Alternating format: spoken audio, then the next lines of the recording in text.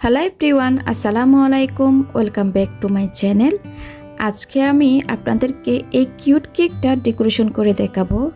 আর আজকে থাকছে এই ফ্লাওয়ারগুলো কিভাবে তৈরি করা হয়েছে সেগুলো দেখিয়ে দেওয়া হবে।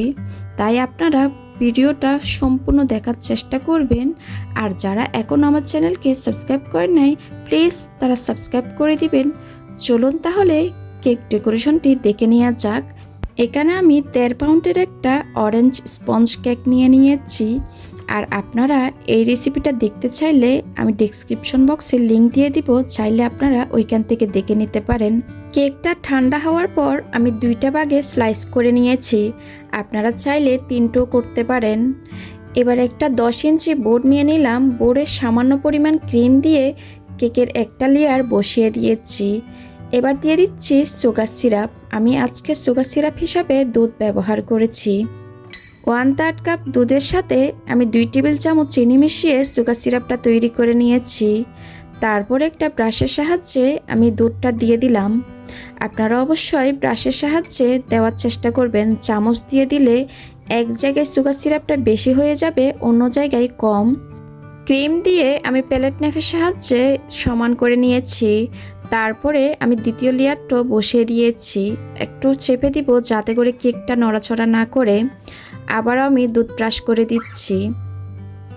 স্পঞ্জ কেকে কিন্তু অবশ্যই সুগার সিরাপটা ব্যবহার করতে হয়। আর এই ক্রিমের রেসিপিটা আপনারা দেখতে চাইলে আমার ইউটিউব চ্যানেলে 3টা ক্রিমের রেসিপি আছে, আপনারা চাইলে ওইখান থেকে যে কোনো ক্রিমের রেসিপি দেখে নিতে পারেন। আপনাদের বোঝার সুবিধার্থে আমি ক্রিমের রেসিপিগুলো ডেসক্রিপশন বক্সে লিংক দিয়ে দিব, চাইলে ওইখান থেকেও দেখে নিতে পারেন।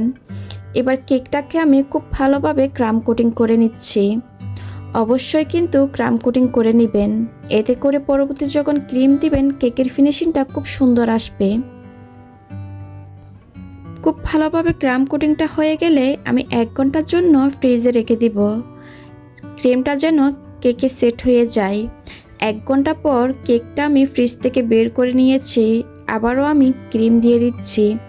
আপনারা চাইলে প্যালেট ন্যাপ দিয়েও দিতে পারেন বা পাইপিং ব্যাগে ক্রিম ঢুকিয়েও ওইভাবে করে দিতে পারেন। আমার আগের ভিডিওতে পাইপিং ব্যাগ দিয়ে কিভাবে ক্রিম দেওয়া হয় ওই রেসিপিগুলো আছে, আপনারা চাইলে দেখে নিতে পারেন। এবার সাইডে আমি খুব ভালোভাবে ক্রিমটা দিয়ে দিব। কেকের সাইডে খুব ভালোভাবে ক্রিম দেওয়া হয়ে গেলে উপরেও আমি ক্রিম দিয়ে দিব। আমি কেকটা একটু কালারিং করব। আমি ক্রিমে কোনো কালার মিশিয়ে নেই, এমনি আমি উপরে কিছু সবুজ ফুড কালার দিয়ে প্যালেট নাইফ দিয়ে সমান করে দিচ্ছি, আপনারা যেরকম স্ক্রিনে দেখতে পাচ্ছেন। এবার একটা প্যালেট নাইফ দিয়ে কেকে আমি স্মুথ একটা ফিনিশিং দিয়ে দিব। এই স্মুথ ফিনিশিংটা একদিনে আসবে না, আপনারা কেকের কাজ করতে করতে স্মুথ ফিনিশিংটা চলে আসবে। উপরে যখন স্মুথ একটা ফিনিশিং চলে আসবে, এবার প্যালেট নাইফ দিয়ে কেকের চারিপাশে আমি স্মুথ করে নিচ্ছি। আমার মনে হচ্ছে উপরে একটু স্মুথ ফিনিশিং করতে হবে, এজন্য আমি আরেকটু করে নিচ্ছি। স্মুথ ফিনিশিং চলে আসলো। এবার আমি ফুলগুলো তৈরি করে নিব। ততক্ষণে আমি ফ্রিজে কেকটা রেখে দিয়েছি। অনেক বেশি গরম পড়তেছে, এভাবে যদি কেকটা নিচে রেখে দেওয়া হয় তাইলে মেল্ট হয়ে যাবে, এজন্য আমি ফুল তৈরি করতে করতে আমি কেকটা ফ্রিজে রেখে দিব। এবারে আমি গোলাপ ফুলগুলো তৈরি করে নিব। কিছুটা পাইপিং ব্যাগে ক্রিম ঢুকিয়ে নিয়েছি। এই গরমের দিনে আপনারা অবশ্যই অল্প পরিমাণ ক্রিম দিয়ে কাজটা করবেন, এতে করে ক্রিমটা গলে যাবে না। এবার একে একে গোলাপ ফুলের পাপড়িগুলো দিয়ে দিলাম। আপনারা অবশ্যই স্ক্রিনে দেখে বুঝতে পারছেন কাজটা কিভাবে করা হচ্ছে। আসলে এটা ভুলে বোঝানো যাবে না কিভাবে করা হচ্ছে, আপনারা একটু স্ক্রিনে দেখে বুঝে নেন। আজকের এই গোলাপ ফুলটা তৈরি করা হয়েছে 123 নাম্বার নজল দিয়ে।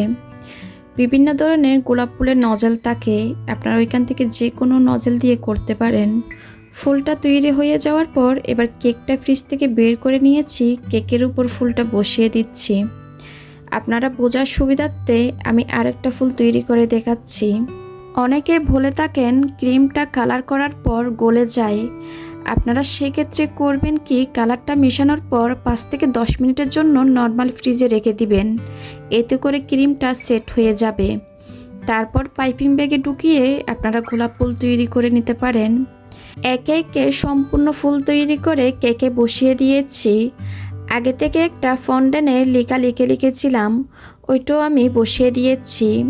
কেকটা আরও সুন্দর দেখানোর জন্য আমি একটা টপারও দিয়ে দিলাম। এবার কিছু গোল্ডেন লিপ আর সুগার বল দিয়ে কেকটা কমপ্লিট করেছি। মাশাআল্লাহ, সামনাসামনি কেকটা দেখতে অসাধারণ লাগছে। আশা করছি আমার আজকের এই ভিডিওটা আপনাদের ভালো লেগেছে। ভালো লাগলে প্লিজ আমার চ্যানেলটা সাবস্ক্রাইব করার জন্য অনুরোধ রইল। আপনাদের কোনো প্রশ্ন থাকলে কমেন্ট সেকশনে গিয়ে কমেন্ট করে জিজ্ঞেস করতে পারেন। আজকের ভিডিও দেখার জন্য সবাইকে অনেক ধন্যবাদ। সবাই খুব ভালো থাকবেন। আল্লাহ হাফেজ।